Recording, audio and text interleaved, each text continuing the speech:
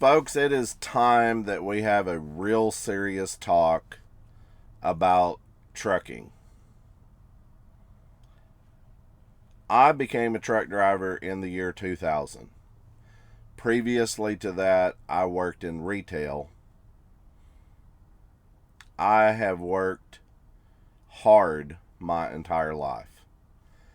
I started work when I was about 13 years old. Maybe even sooner than that, 11 or 12. Working summer jobs while I was out of school.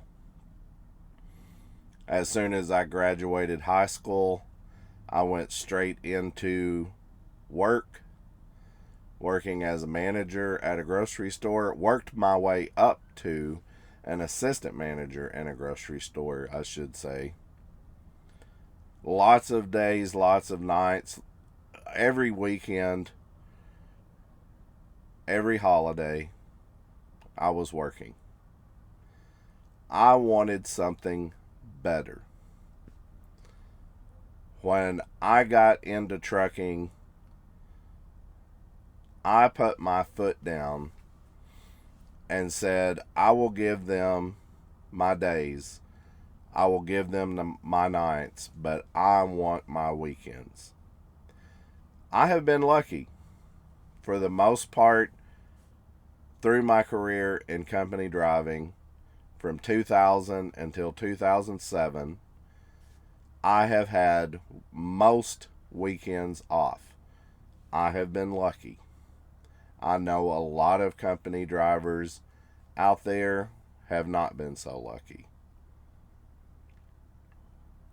Even still, I wanted better. I always had something inside of me that pushed that I wanted more and more and better benefits and better home time and better pay. And I constantly pushed for it. I constantly tried to make myself a better driver, more knowledgeable. Each year, I tried to better myself. In 2007, I had enough. And I went to becoming, I started on my journey to be an owner-operator. It's almost laughable, but I went to a company green about being an owner-operator, and I just said, what do I need to do to be an owner-operator? And he said, the owner of this company said, well, not to be obvious, but do you have a truck? And I said, no. And he said, well, that's the first thing. You need to have a truck. After that, bring the truck here if you want to lease it on here, and we'll go from there. I left that afternoon. I went to Memphis to the Kenworth dealership, bought a truck, and drove it home. Went back up the next day and said, here's my truck. What do I do? And it just about floored the guy. He said, really? And I said, absolutely, I'm ready to go. What do I need to do? From 2007 until last year, I tried to better myself every single year. What I noticed is every time I would try to better myself, the government, politicians, big business, big corporations, lobbyists, somebody was out there, and it felt personal to me. I felt like they were pushing me down. As hard as I was trying to go up, they were pushing me back down. It felt personal. I have voiced my opinion about this matter on the phone with friends for years. That's what brought me to YouTube, to create this channel, because I feel like nothing is being done. The Democrats passed the laws, passed the rules, passed the regulations. The Republicans sit on their hands and do nothing and allow it to happen. The only glimmer of hope that I got was when President Trump was elected. For a few short years, I saw my business thrive. Taxes were low, income was high, and I absorbed it. And then COVID hit, and I come slamming back down. Come right back up out of COVID, started hitting the road, started going again, and then it was the end of his term.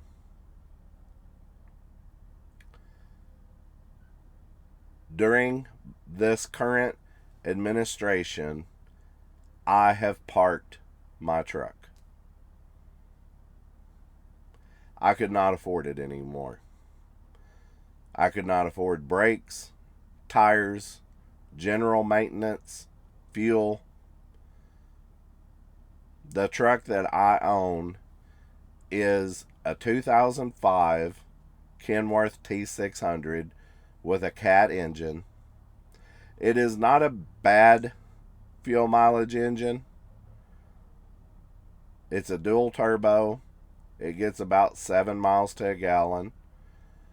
I drive fairly slow.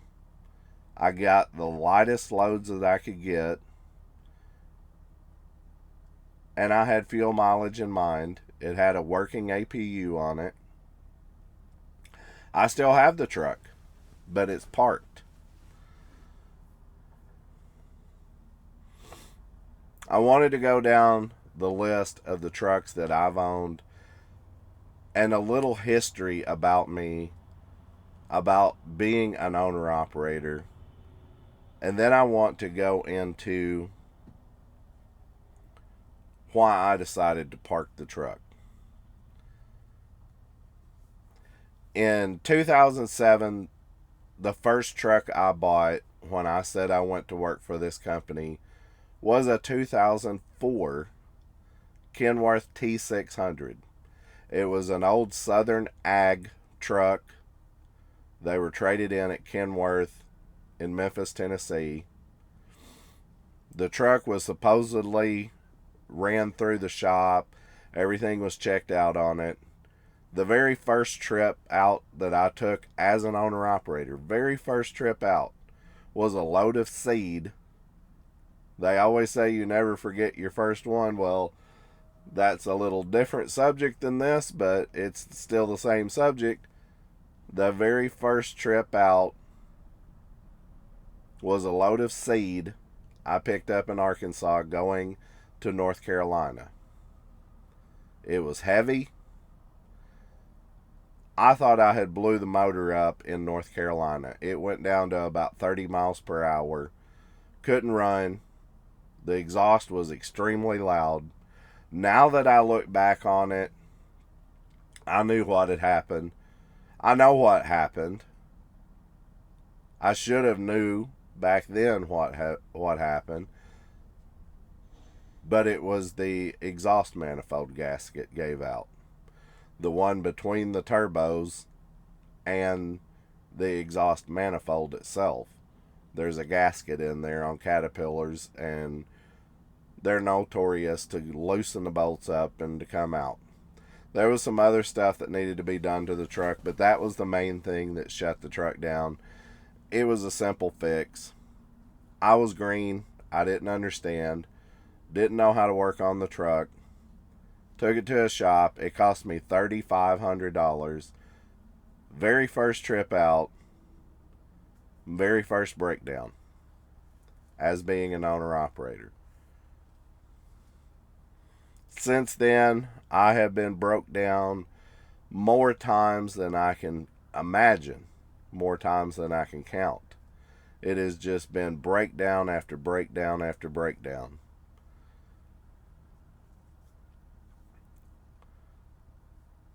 I continually tried to make myself better, as I said. That truck was getting old. It was getting wore down. It was costing me a lot in maintenance. I ended up selling the truck. And I went to, you guys can laugh at me, I went to a Volvo. The reason that I went to this Volvo, this was probably around 2008, 2008 to 10, somewhere around there in that vicinity is when I went to the Volvo. The reason I did was because it got better fuel mileage. It had a working APU on it where the Kenworth didn't. It came from a company that was really good with maintenance. Not saying Southern Ag was bad with maintenance. I don't know that company. But that truck had some issues when I got into it. So there's that.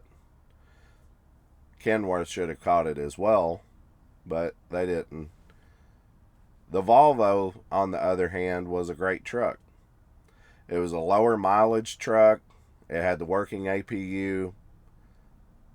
That's when I found out that trucks were going towards proprietary systems. What I mean by that is you can only take them to dealerships to get them worked on. You can't just take a truck out here to a shop and have it worked on. You can't work on it yourself. You have to have a computer software to work on the truck. That's what I didn't like about the Volvo. Even though that wasn't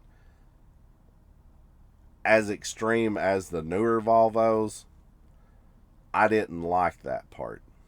But I did like the way the truck drove and rode. I liked the fuel mileage. I liked the working APU.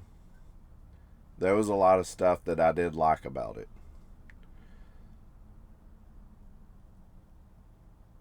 So I ended up running that truck for a few years. It started using some oil.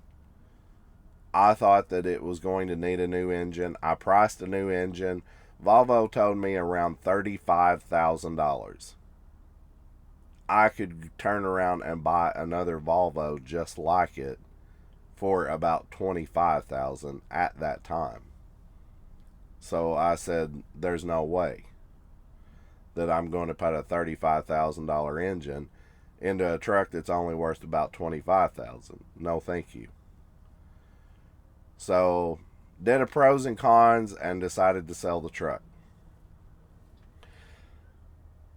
Then I went to a 99 Peterbilt extended hood. That will be the truck if you go to my homepage on YouTube and look at it. It is a dark green 379 Pete. I was hauling a stack of utility brand flatbeds. Was dropping them off in the parking lot one day. Decided to snap a picture of the truck.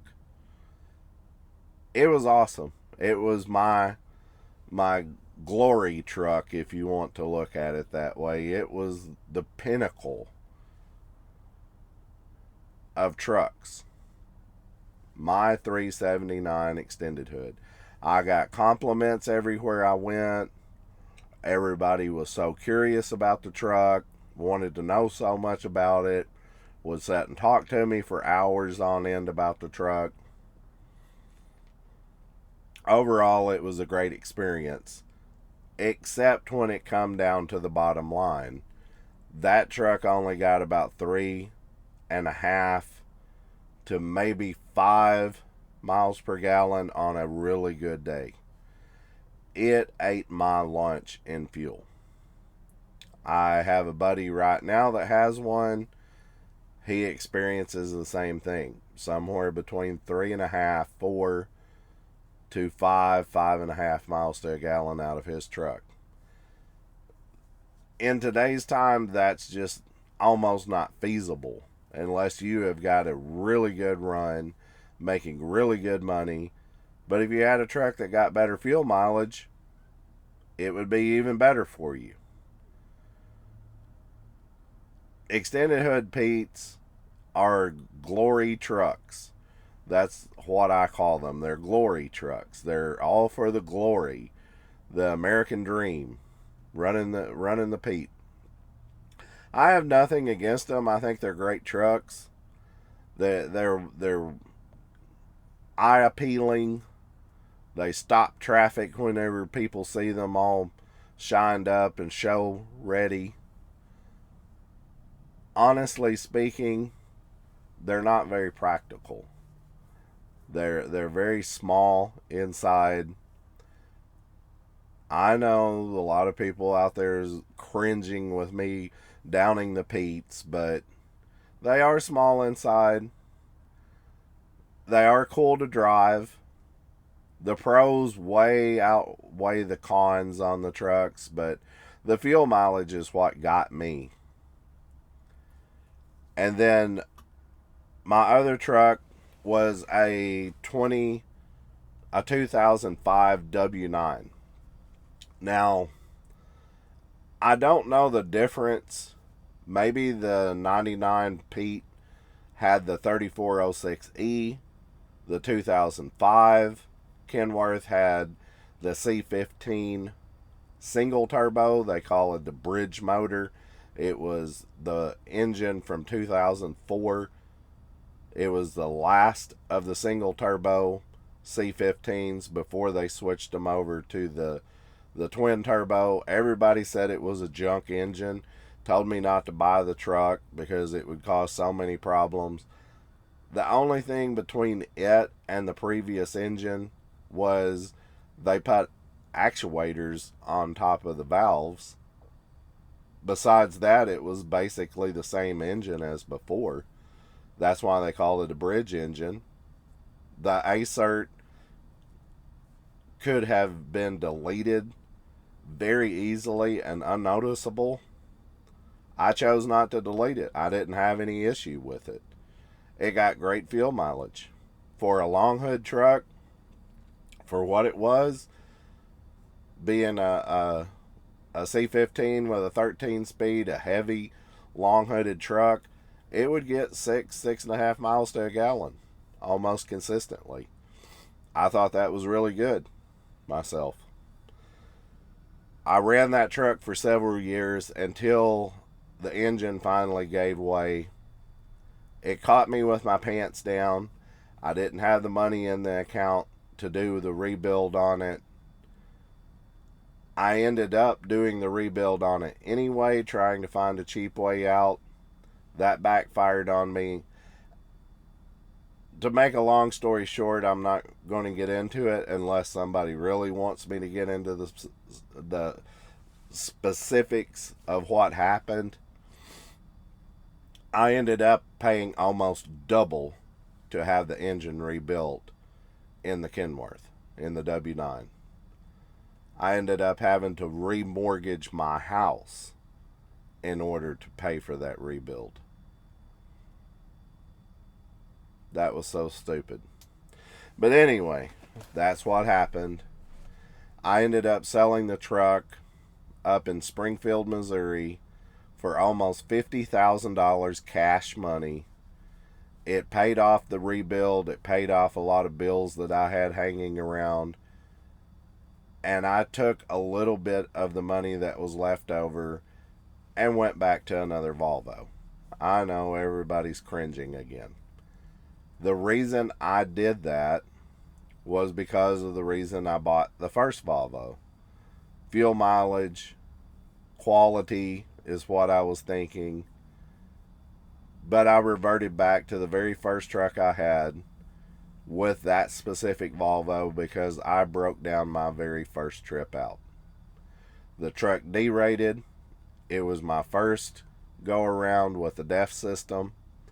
The truck derated, ended up going down to a 5-mile-an-hour derate, and I had to have it towed in. Very first trip out with the truck.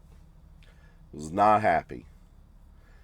To replace all of that stuff on that truck cost me about $14,000.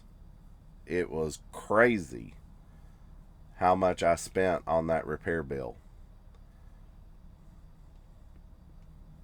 I ended up selling the truck a few months later for about $15,000 just to get out of the headache of the DEF truck.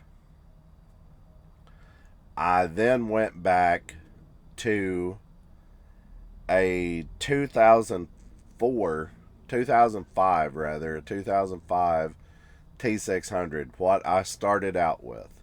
The original truck, I just went in a big circle and right back to the original style truck that I had before, only this one had an APU on it, where my first T6 did not have an APU. This one did. It had the Cat C15 twin turbo, just like my original T6 had. This one was blue. My first T6 was white. All in all, the trucks were the same.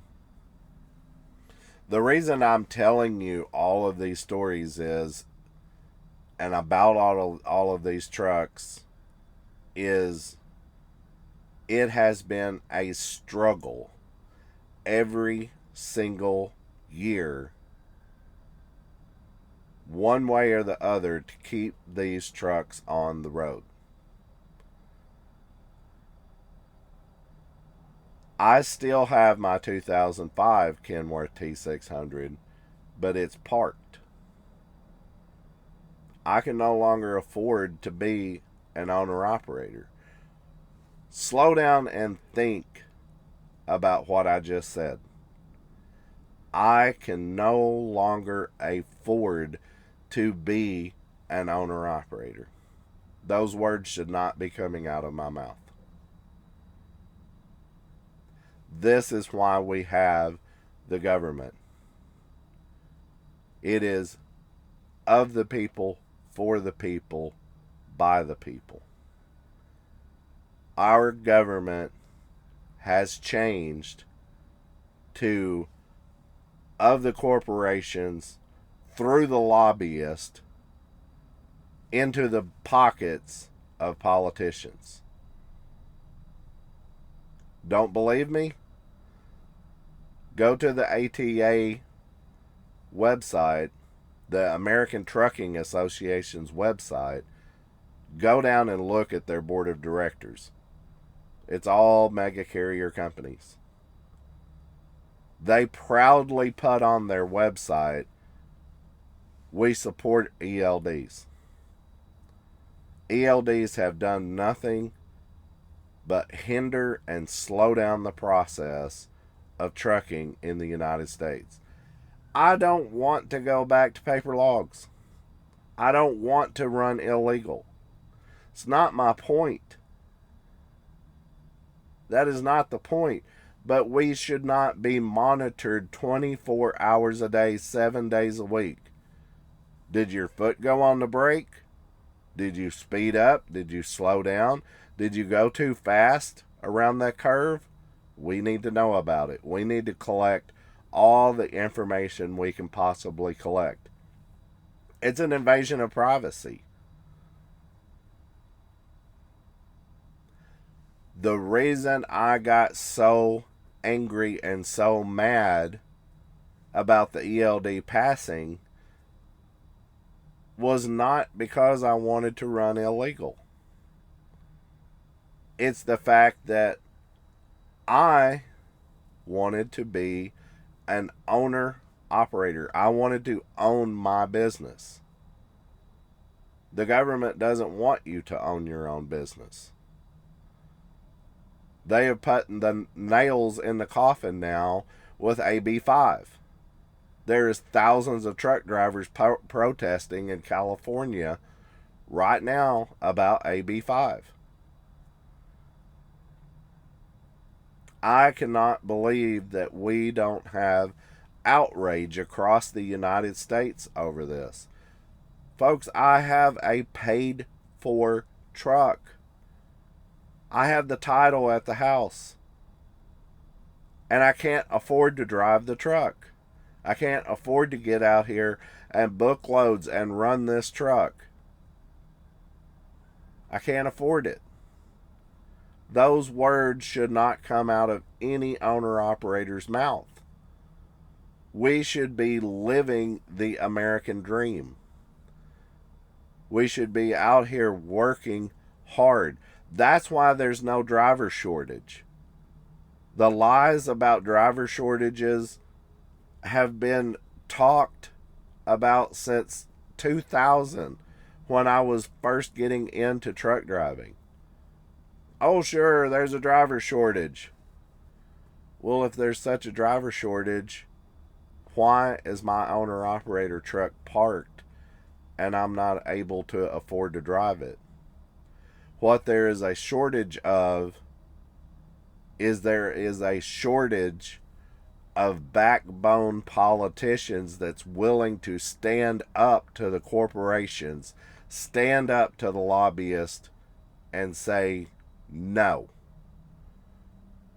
The American people have a right to own their own business.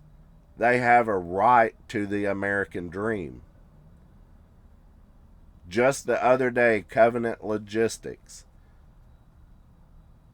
was penalized $700,000 for doing the right thing, checking the background of illegal workers. I started doing research into it. Go look on Amazon's website. Type in illegal immigrants Amazon. That's all you have to type into Google. Illegal immigrants Amazon. It will come up a page and says Amazon is actively hiring workers from all backgrounds, all races, all ethnicities. Come to Amazon, we will put you to work. They're breaking federal law by hiring illegal aliens and refugees into their company, and not a single politician wants to stand up and say, no, you can't do that. But my truck is parked and I can't afford to drive it, and nobody says a word about that either. There is something dreadfully wrong with this picture. There is something dreadfully wrong about the United States and the way they operate. They are killing the American dream. It was a dream of mine in 2000 when I saw that I wanted to drive a truck, when I wanted to get out and drive and be part of it. I became passionate about truck driving. I wanted to better myself. I wanted to grow. I wanted to get a business. I wanted to get better. Each year it got harder and harder and harder to do. And now I see these companies and these CEOs making 6-figure salaries, some of them making 7-figure salaries, giving themselves 140% increase in pay, while a single owner operator cannot even afford tires for his or her truck. And the government sits on their hands and allows these corporations and the lobbyists to get away with it. We need to stand up. We need to do something about it. I'm not calling for violence. I'm not calling for destruction. I'm not calling about burning down a Wendy's. I'm talking about standing up for what's right.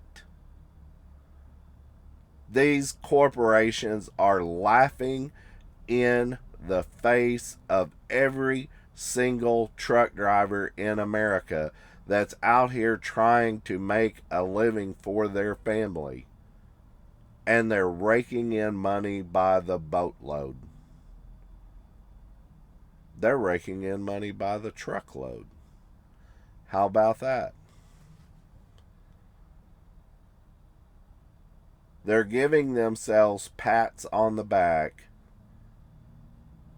increasing their salary each year, laughing in our face. I just saw an article just today. XPO is buying, I think, 28 of YRC terminals.